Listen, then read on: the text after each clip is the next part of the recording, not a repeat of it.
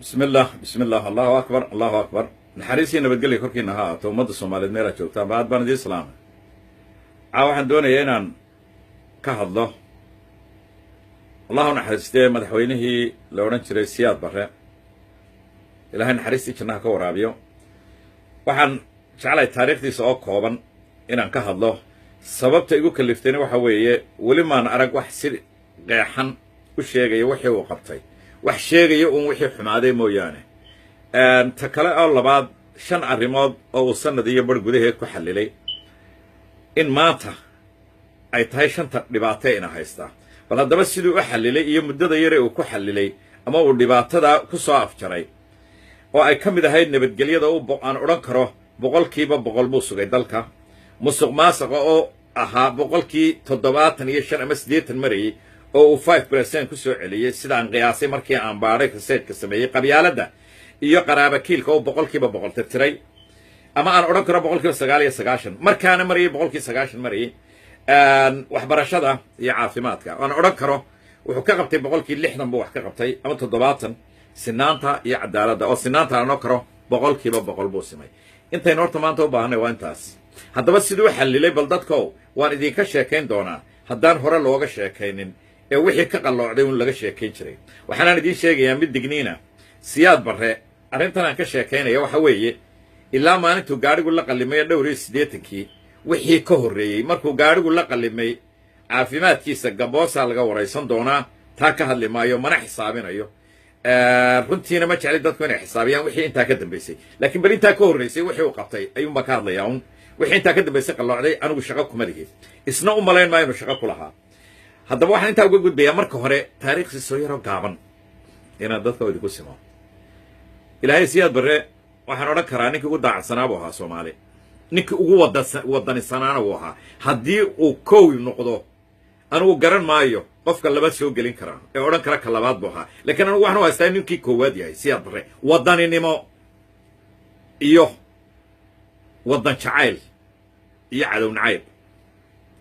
siyaad bare ina yar buu ahaa ilaa 9 jir buu ahaa meelaha geel baa ka lumay siyaad bare dhigta wuxuu ka maqli jiray niman ay isku qolo yihiin oo isku reer yihiin baa Talyaaniga u tageen dabatana askar baa la qolo beredweyne meel la yiraahdo buu joogaa Talyaanigu ninka wax qora shaqo dadka siyaa liira wax la yiraahdo la qaataa siyaad bare geel markuu lamay wuu baqday wuxuu sidoo lagu dili doonaa uu soo carray beredweyne yimid dhiisayga gurigiisu webiga dhinaciisu ahaa dabatana uu soo ag fadhiisan niman Soomaaliyeed u shaqaynayay war niman shaqan doonaya maxaa doonaysaa inay ku shaqan doonaya wuxuu yiri Talyaaniga baa loo sheegay wuxuu muxuu doonayaa koox shaqo muxuu taqaanay waxba wuxuu dhiniyo waxaad ku tiraahdaa webiga ayaa rahu habeenkii ku ciyaar kama seexdo lacagan ku siiyay ama siin kara saacawa oo soo jeedaysa siyaad bare balada ilaahay talentka iyo maskaxda uu siiyay baan idin ka sheekeynayaa in ay Soomaalida ku yar tahay 9 jir buu hawligiina webi mo arag wuxuu uu dhigta ka maqlay oo ilaahay talent ahaan u siiyay in waxa la yiraahdo rahu marka quruur lagu tuuro intuu sanqadha maqlaya aanu hadlin ee usnabo walidu ku bartaan filaya laakiin Talyaaniga suu ka waayay Soomaali ka aamusiya hurdalaanta uu rahu ku riday quruur buu soo urursaday jawaana marka uu in yar joogaba webigu ku daadiyaa oo kaga sanqariya habeenkii uu waayay sanqadh iyo ciwaayad Talyaaniga subaxii uu yaro xiri war inankii maxaa dhacay halay tamaan maqlin waxa la yiri yarkii baa loo yeeray waxa war maxaa dhacay maxaad samaysay waxa sameeyay Soomaaliba oo kii ugu horeeyay wiri intaas oo nin Soomaaliyeed ba weydiiyay waxaan iskaga qabtay raasro inanka saxalilay horta halkaas ka bilaabay 1935 na dagaalkii Talyaaniga ka dhacay war dheer iyo ka dhacay ee Talyaanigu ka qaaday Ethiopia ayuu la socday isagoo askari ah oo dhiboo ka soo baxay siyaad bare alifkii ugu horeeyay waxa lagu siiyay libaax buu dilay libaaxii dagaalkii dadkii dhimanayay abaarna way ahayd jiilaal bay ahayd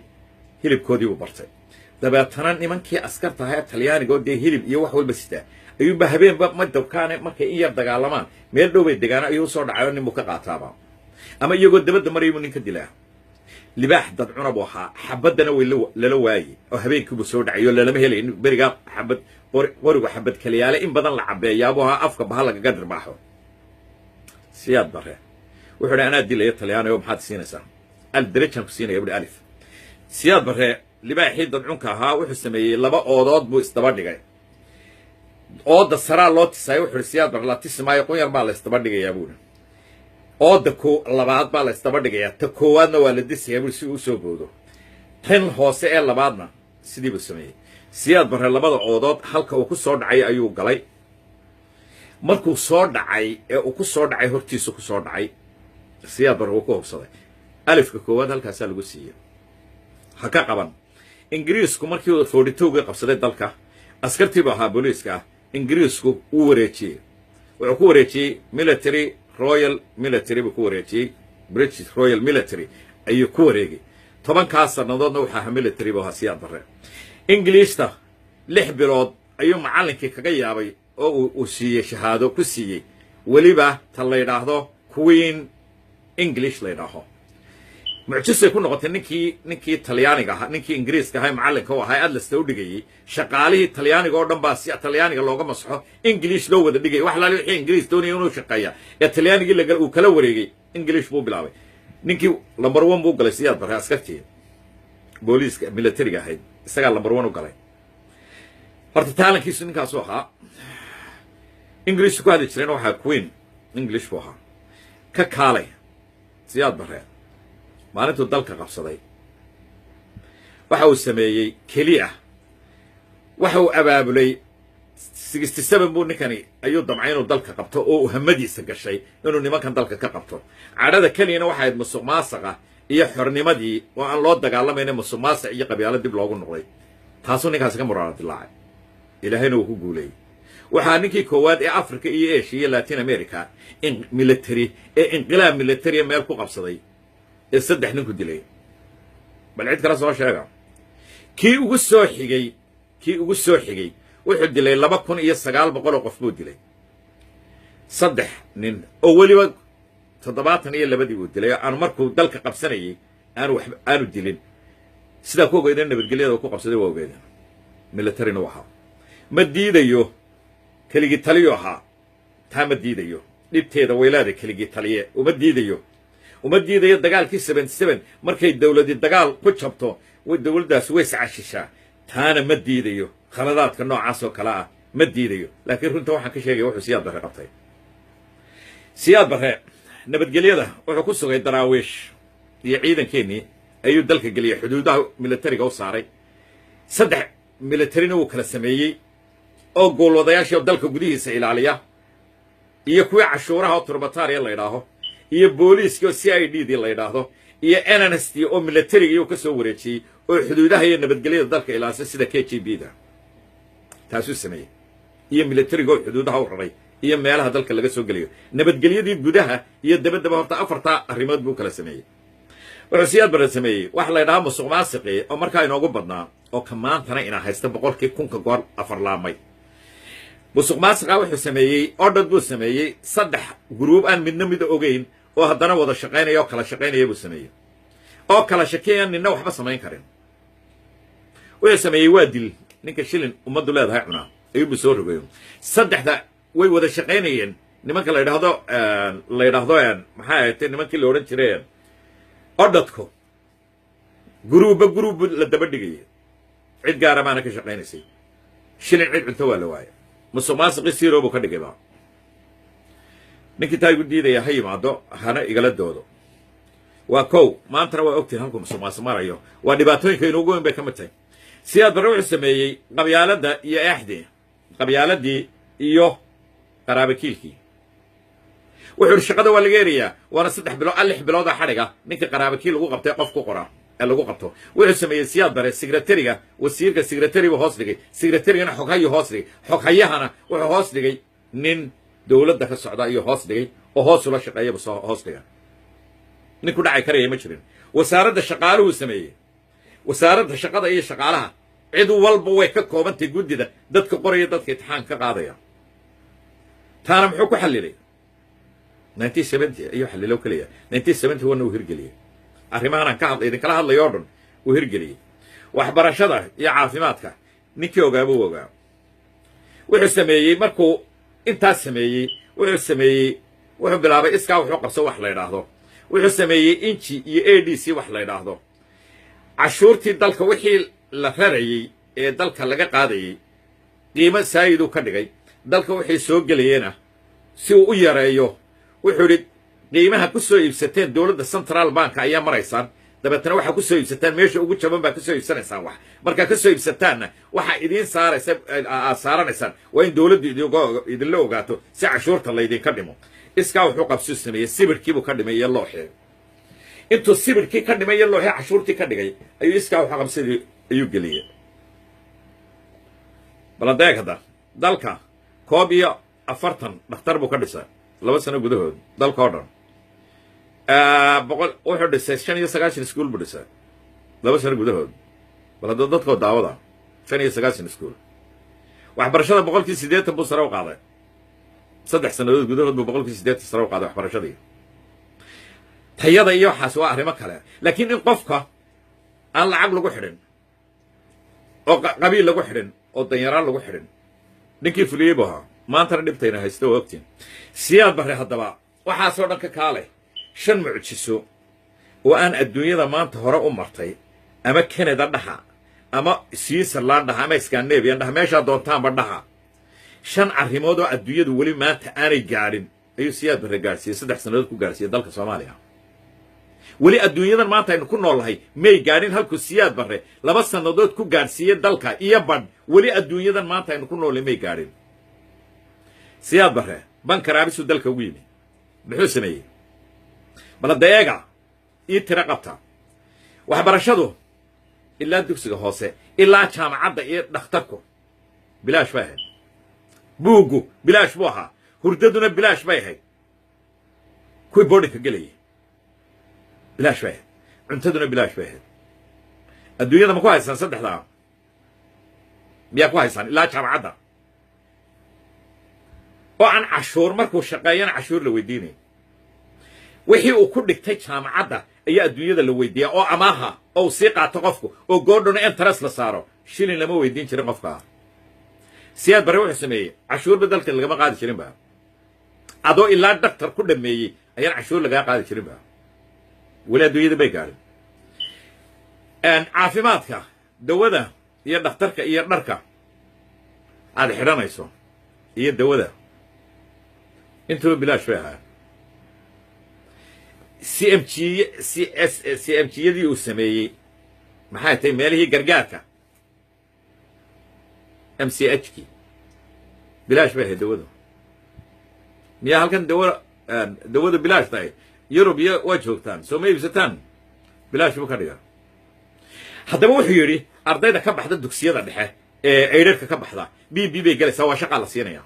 markiiba shaqo any school kasta shaqa la siinaya secondary-ga wixii ka soo baxana wakaaladaha loo qaybinaya jaamacadahana administrationada iyo wixii loo baahanyay iyo dabadaha wixii shaqada soo faa'iideysanaya secondary-yaashana wixii dabadaha loo dirayo iyo wasaaradaha iyo professional ah engineering-kii buu sameeyey jaamacadda engineering-ka baladeega adduunyadu weli may gaadhin waxbarasho bilaash ah caafimaad bilaash ah shaqadii oo loo ballan qaadayo ilmuhu markuu si iskuul kastuu ka baxo inuu shaqo heli karo dalka 2 sanadood gudahood iyo badh ayuu 80% ku shaqaaleeyay ardayda iskuullada ka bixi jirtay 80% buu shaqaaleeyay siyaad barre siduu shaqo abuurka u sameeyey halkan kaga dhammaan kari maayo idinku macnayn kari maayo simbali siduu shaqo abuurka u sameeyey maalin kale aynu ka dhigan doonaa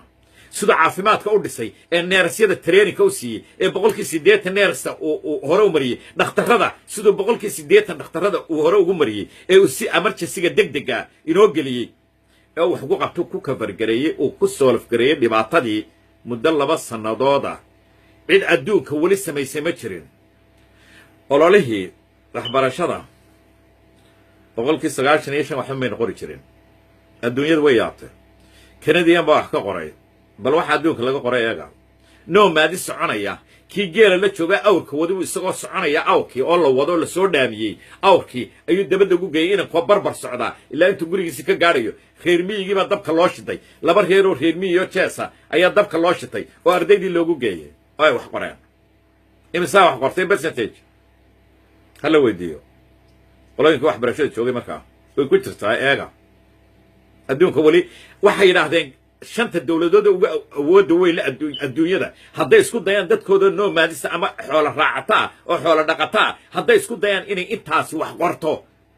25 sannadood baa budgetkeeda inta loo dhigayo ee loogu talagalaya 20 sannadood bay noqon lahayd baydaan inta ku gaari lahaa uu sanad ku gaarsiiyay 10 bilood 20 sannadood baa budgetkooda iyo macallimiintooda iyo programkooda iyo si loo dejinayo ayaa loogu talagali lahaa bas 10 bilood buu ku gaarsiiyay halka dalka ilaa koone nin kastoo reemiyo xoolo la jooga inuu wax qoro afkiisa qoro bal soo sheegay adduunyada waxa sameeyay waa nin Canadian waa expert 5 dawladood baa isu tagay oo ka qoraya Siyaad Barre waxa uu sameeyay inaan adduunyada qof bidaadan oo hore dibna u samayn karin hore u samayn karin waa mucjisooyinka u lahaa wala yaab maanta in la yiraahdo Siyaad Barre waxba muu qaban in la yiraahdo laga been sheego waxaan adduunyadu qaban maanta adduunka ugu horumarsan cidda ugu horumarsani waxaanay sameeynin buu Siyaad Barre sameeyay kuma odhanaya muu sameeynin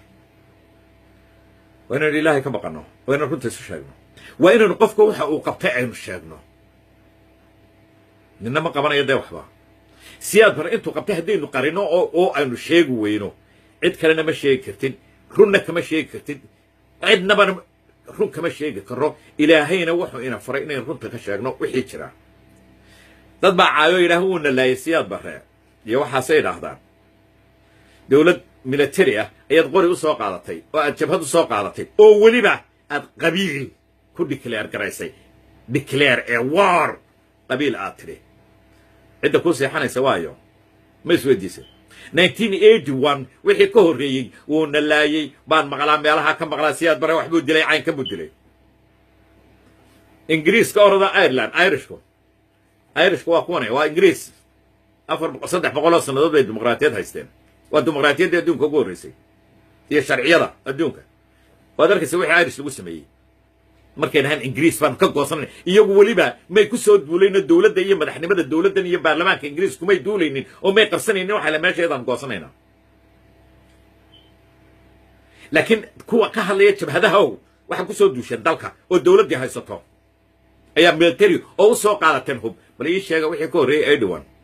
وفو iyo mudaharaadadii wax ka horeeyay oo xidhnaa oo leedin geysta sheega dadka reer waqooyiga Frank-Furta loo furay dhulka kale dhan inta la soo xidhay ayaa ka Frank-Furta loo furay free bila cashuura dumarka boqolaal kumanaan dumara ayaa baacisir noqday tijaar noqday 20 taajir baa reer waqooyi lahaa kumanaan bay gaareen waayo Frank-Furta bila cashuur ku soo galay wax laalo waxa doonaysaan waqooyi kale uu sameeyay وده تاجر بين قرني إلا لقى سو قارن 1983 78 كم بلو أنت تاجر إسكت دافع قد دمر نقطة برشاة قديه حمر رقمه وده قوارد ده إنما ده عروته وكوده تارجسه أنا دي لا يا هاي أنا كنت أسكت شاغنه بس كوي لا دقالمي الهوا حب النقص سميو محاكو بدشين أنا سويدين نادي كو عين قال هاي محاكو بدي أما حمر هالنقطة أما كافر هالنقطة أبو وغوي هالنقطة محاكو بدشين waxa ku bedesheen dil waxa ku bedesheen dhac waxa ku bedesheen boob waxa ku bedesheen wuxuu isagu dhisay oo aadiba xaraashtaan oo u dhacdaan waxa ku bedesheen qabiil iyo qabyaalad iyo dil iyo dagaal sokeeya 30 sanadood bay socotaa isna 2 sanadood buu dalka ku badbaadiyay oo halka ku gaarsiiyay way dheeraatay aad baan idin salaamay ummadda Soomaaliyeed waxaan jecelahay qofka wax ka qabo waxa aan idhi wax ka qabo raadso taariikhda Siyaad Barre raadso taariikhda dawladii raadso waxaan jecelahay wixii ka soo noqda ee comment-ka laga bixiyo in qofka adigoon caytamin oo wax kala sameeynin waa cilmi wax way waa taariikh waxani aan research ku sameeyo soo baaray raadso adigu dabatana wax iga soo weydiiyay waxaan ballan qaadaya qof kasta wax iga soo weydiiya in aan u cadeeyo una balbalaariyo kana qanciyo ayaan ballan qaadaya maadaama hadalka adigu aad doonato oo aad arrin keento wixii ka yimaadana way aad responsible ka noqotaa dadka caytamaya way wanaagsan tahay عيد أنا حاجة يقول ونحسن تاي دبنا فيك يا تعيدو هو ونحسن تاي لكن واحد يقول الله هون مركا عيد تنتاك هو عيد تما يو وحكون دفتان إلى دي ويديسان وحاو عيد تما سان لا أدي ويديسان ويقول دفتان أدبان دي السلام يوم الصومالي أدبان دي السلام يا دمان تيمبا السلام عليكم ورحمة الله وبركاته.